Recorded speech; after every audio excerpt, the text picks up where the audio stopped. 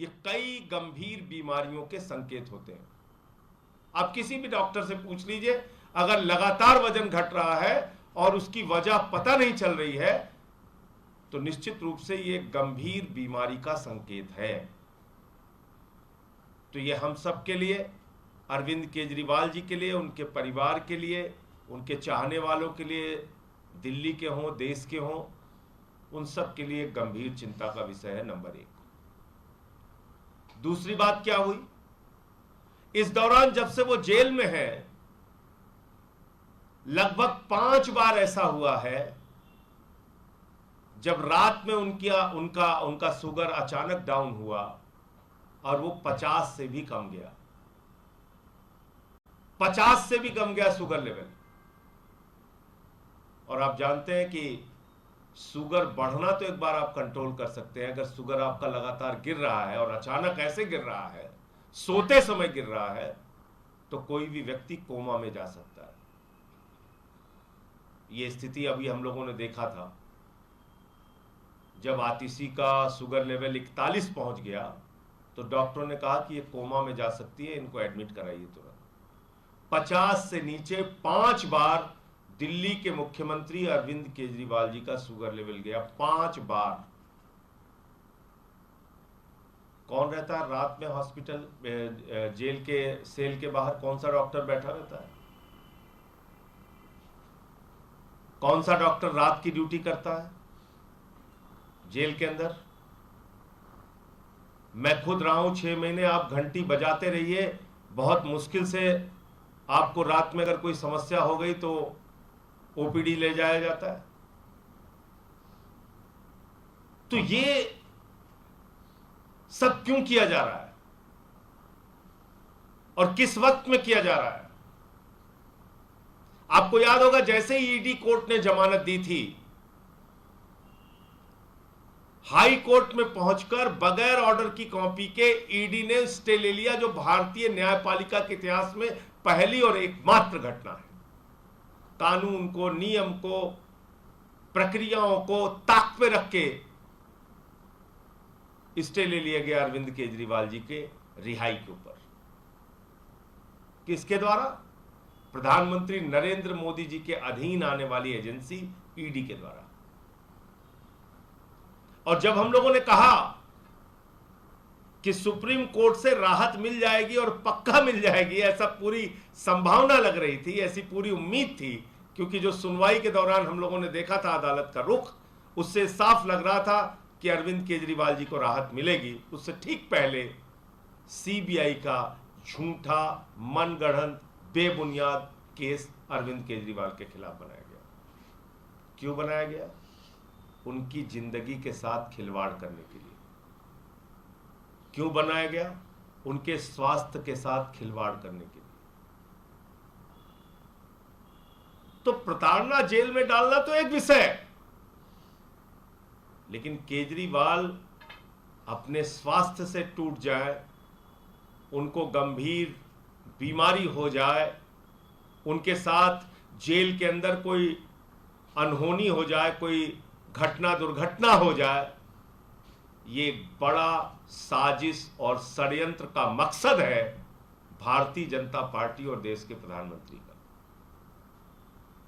इसलिए माननीय न्यायालय को भी इन बातों का संज्ञान लेना चाहिए।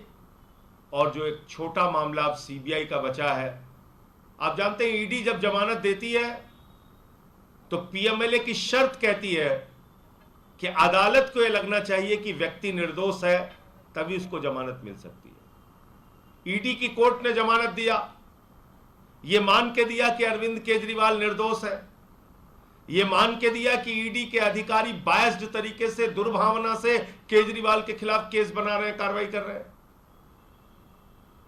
और दूसरा, जो सुप्रीम कोर्ट का फैसला आया कल, उस फैसले में भी साफ तौर पे कहा गया है कि जांच करने का मकसद, पूछताछ करने का मकसद ये नहीं कि आप किसी को गिरफ्तार कर लें। और बहुत सारे गंभीर सवाल ईडी के ऊपर उठाए गए।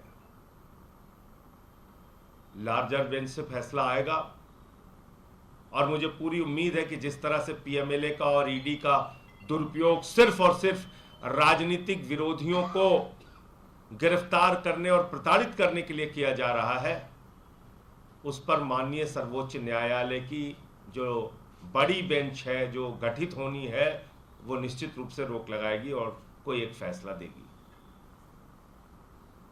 लेकिन जो केजरीवाल के स्वास्थ्य की हालत है, आपके माध्यम से देश को पता होना चाहिए कि अगर उनको जल्द ही बाहर निकालकर समुचित इलाज नहीं किया गया तो उनके साथ कोई गंभीर घटना जेल के अंदर हो सकती है। रात बिरात अगर इसी प्रकार से 5 बार शुगर डाउन हो चुका है तो रात बिरात उनके साथ कोई घटना हो सकती है। मैं फिर दोहराना चाहूँगा कि शुगर लेवल के मामले में अगर शुगर 50 से नीचे इस प्रकार जाता है तो कई बार सोते सोते व्यक्ति कोमा में जा सकता है। तो ये बातें थी जो आपसे शेयर करना था, आपको जानकारी देना था कि 21 मार्च से अब तक 8.5 किलो वजन कम हो चुका है। 5 बार उनका रात में सोते वक्त वजन 50 शुगर लेवल 50 से नीचे जा चुका है। अब मुझे पूरी उम्मीद है कि सीबीआई मामले में भी जल्द ही राहत मिलेगी, अरविंद केजरीवाल जी बाहर आएंगे और जो कुछ भी बीजेपी के लोग या देश के प्रधानमंत्री हमारे साथ कर रहे हैं उसका जवाब हम लोग मिलकर देंगे। आज पंजाब के जालंधर वेस्ट का भी रिजल्ट आया है। लगभग 38,000 वोटों से हमारा कैंडिडेट महेंद्र भगत जी जो हैं वो वहां से चुनाव जीते हैं। आपको मालूम होगा कि पंजाब के मुख्यमंत्री ने भगवंत मान जी ने दिन रात प्रचार करके अपने सारे मंत्रियों के साथ, विधायकों के साथ, कार्यकर्ताओं के साथ मेहनत करके ये चुनाव लड़ा और यही आम आदमी पार्टी के साथियों की खूबसूरती है, यही हमारे संगठन की खूबसूरती है कि सब लोग मिलकर अपने लक्ष्य के लिए काम करते हैं। लोकसभा का परिणाम हमारे अपेक्षाओं के अनुरूप नहीं रहा, लेकिन विधानसभा के इस परिणाम ने, जालंधर वेस्ट के परिणाम ने यह साबित कर दिया कि राज्य सरकार के प्रति पंजाब के लोगों की पूरी आस्था है, राज्य सरकार के प्रति उनका विश्वास अटूट है और यह परिणाम इस बात को दिखाता है। दूसरी, अगर इंडिया गठबंधन की बात करें पूरे देश में, तो इंडिया गठबंधन के लिए भी अच्छी खबरें हैं। लगभग एक तरफा इंडिया गठबंधन इस उपचुनाव में जीत रहा है पूरे देश में।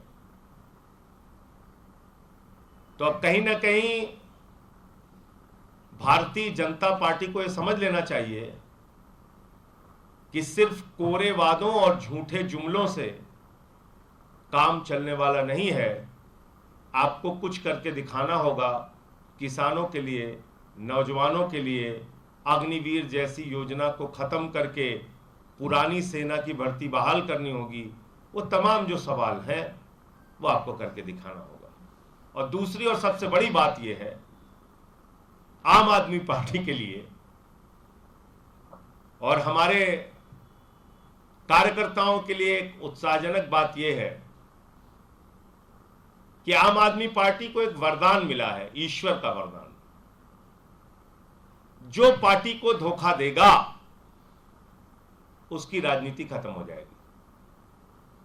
मैं नाम नहीं लूंगा, शुरू से लेकर अब तक उठा के देख लीजिए आप। जो आम आदमी पार्टी को छोड़ के बीजेपी में गया उसका क्या हश्र हुआ पूरे देश के सामने। तो इसलिए जो हमारे विधायक हैं, मंत्री हैं, सांसद हैं, हमारे साथी हैं, सबके लिए एक बड़ा संदेश भी है इस पंजाब के चुनाव के परिणाम में। हमें नहीं कहते हमारे अंदर सारी अच्छाइयां हैं, होंगी कुछ कमियां। आपस में बैठिए, बातचीत कीजिए, संवाद कीजिए, एक दूसरे से कोई मतभेद है तो उसको दूर कीजिए, लेकिन इसी परिवार के अंदर रहिए। परिवार के बाहर जाएंगे कोई इज्जत मिलने वाली नहीं। आम आदमी पार्टी परिवार को छोड़ के जाएंगे तो कोई इज्जत मिलने वाली नहीं है।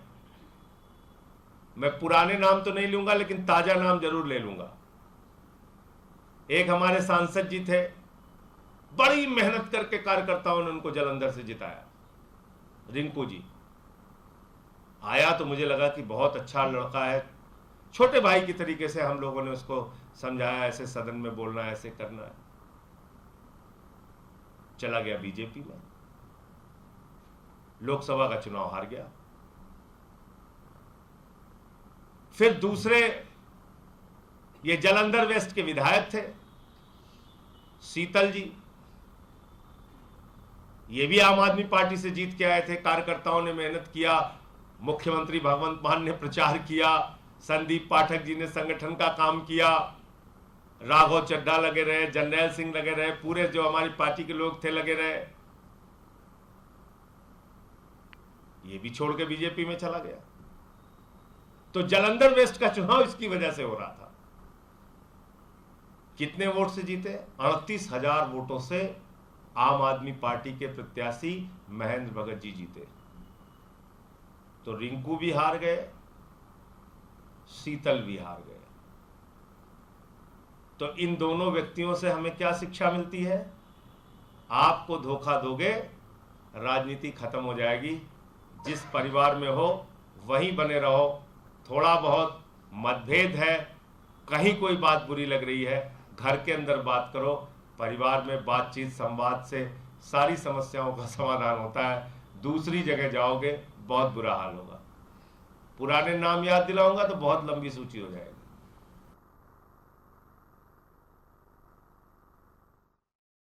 तो दिल्ली से आम आदमी पार्टी के सांसद संजय सिंह को आप सुन रहे थे, जहां उन्होंने बीजेपी पर तो निशाना साधा ही, लेकिन जो आम आदमी पार्टी के पहले यहां पर दिग्गज थे और अब बीजेपी का दामन थाम चुके हैं, उन पर भी बड़ा निशाना साधते हुए नजर आए। इसके साथ ही उनके जरिए ये भी कहा गया कि जो पार्टी छोड़ चुके हैं उनका बुरा हाल हो चुका है, वो अब राजनीति से संन्यास ले रहा है या राजनीति छोड़ चुका है। साथ ही अरविंद केजरीवाल के हेल्थ को लेकर भी उन्होंने एक बड़ा अपडेट दिया कि 22 मार्च से जब से अरविंद केजरीवाल की गिरफ्तारी हुई है, तकरीबन 8.5 किलो जो वजन है वो अरविंद केजरीवाल का कम हो चुका है। और अगर इस बीच हेल्थ बुलेटिन पर नजर डाली जाए या डॉक्टर से बात की जाए तो डॉक्टर्स का सीधे तौर पर यह कहना कि इस तरह की स्थिति अमूमन तौर पर तब देखने को मिल पाती है जब कोई शख्स या कोई मरीज किसी गंभीर बीमारी की समस्या से जूझ रहा हो। और ऐसे में लगातार संजय सिंह की तरफ से यह कहा गया कि 8.5 किलो वजन कम होना कोई आम बात नहीं है। शुगर लेवल भी 50 से नीचे चले जाता है और ऐसे में कोमा वाली स्थिति भी पैदा हो सकती है।